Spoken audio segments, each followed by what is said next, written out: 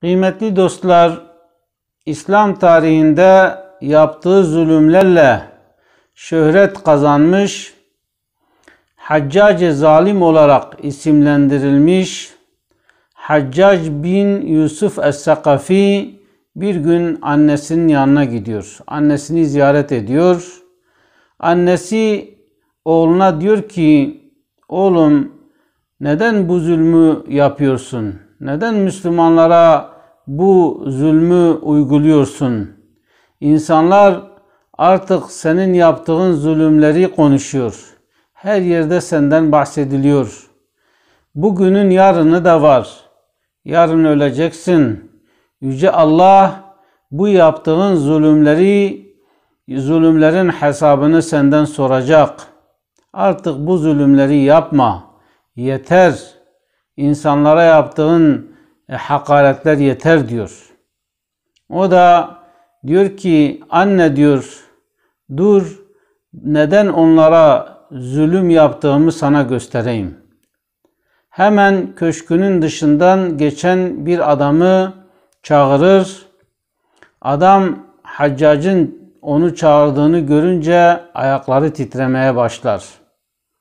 Ve onun yanına gider. Haccac ona ne iş yaptığını sorar.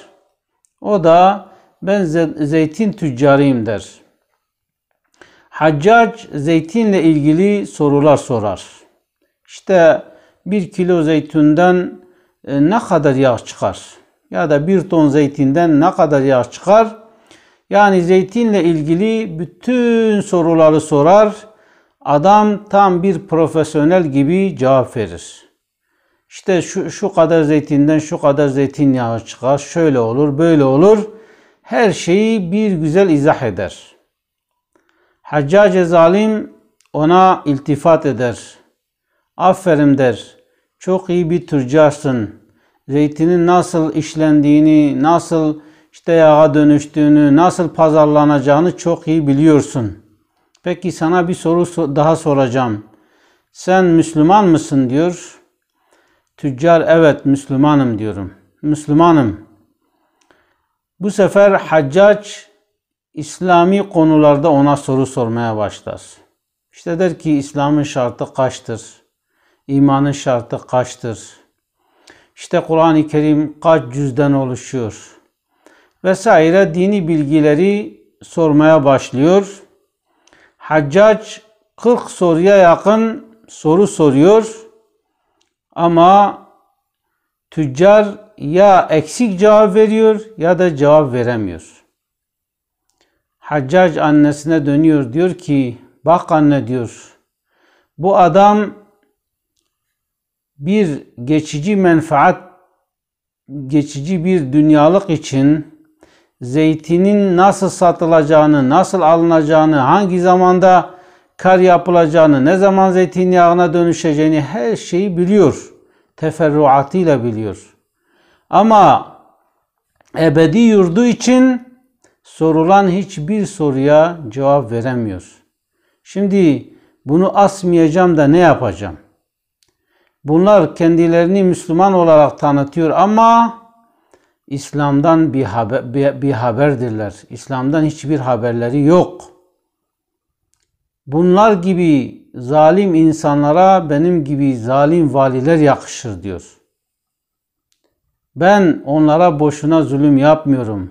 Çünkü onlar Allah'ın yolunu terk ettiklerinden dolayı, dünyaya sarıldıklarından dolayı onlara dünya ehli musallat oluyor diyor.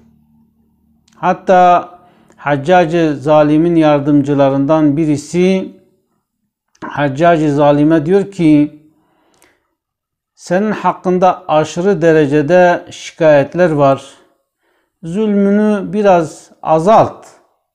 Yani hep sen zulmünü arttırıyorsun. Bunu biraz azalt ki insanlar senin dedikodunu yapmasın. Haccac diyor ki onları Bağdat meydanına topla, onlara bir konuşma yapacağım. Millet, halk Bağdat'ın bir yerinde toplanıyor. Haccac onlara diyor ki ey ahali, Siz benden Hazreti Ömer'in adaletini mi istiyorsunuz? Siz Ömer'in arkadaşların olun ki ben de size Ömer olayım. Siz de Hazreti Ömer'in dönemindeki insanlar olun ki ben de size Ömer olayım.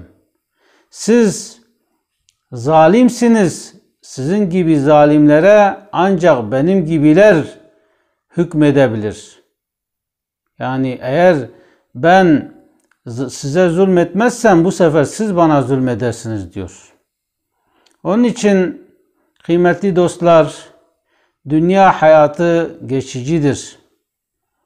Yüce Allah bel tu'sirunel hayâted dünya vel âhiretu hayru ve ebqa. Yani insanlar dünya hayatına aşırı ilgi gösteriyorlar. Bu dünya hayatı geçicidir. Baki olan hayat ahiret yurdudur. Yüce Allah diyor ki biz tarih boyunca gönderdiğimiz peygamberlere ümmetlerine söylemeleri için bunu söyledik. Fi suhufi İbrahim ve Musa. Yani Hz. Musa'ya da İbrahim'e de biz dünya hayatının geçici, ahiret yurdunun da baki olduğunu söyledik. Öyleyse baki olanları geçici olanlarla değiştirmeyelim. Yani dünyamız için ahiretimizi satmayalım. Belki dünyamızı ahirete bir araç olarak kullanalım ve o şekilde Yüce Rabbimizin rızasını kazanarak altından ırmakların aktığı ebedi cennetlere girelim. Bu Ramazan ayı da bizler için bir fırsattır. Ramazan ayının başı rahmet, ortası mağfiret, sonu ise cehennem azabından azad olma, kurtulma ayıdır. Eğer biz bu Ramazan'ı iyi değerlendirirsek, Peygamber Efendimizin ifadesiyle "Men qâme Ramazâne îmânen ve ihtisâben gufire lehu ma taqaddeme min zenbih." Kim Ramazan ayını ihya ederse, inanarak sevabını Allah'tan umarsa, geçmiş günahlarına kefaret olur buyuruyor. Bizler de bu Ramazan'ı fırsat bilip günahlarımızın bağışlanması için bu ayda elimizden geleni yapmalı ve Ramazan ayı içerisindeki ibadetlere daha bir titizlikle sarılmalıyız. İnşallah Ramazan'ın feyzinden, bereketinden o zaman faydalanır. Onun bereketinden nasibimizi almış oluruz. Sizleri Allah'ın selamıyla selamlıyorum. Esselamu aleyküm ve rahmetullahi ve berekatuhu.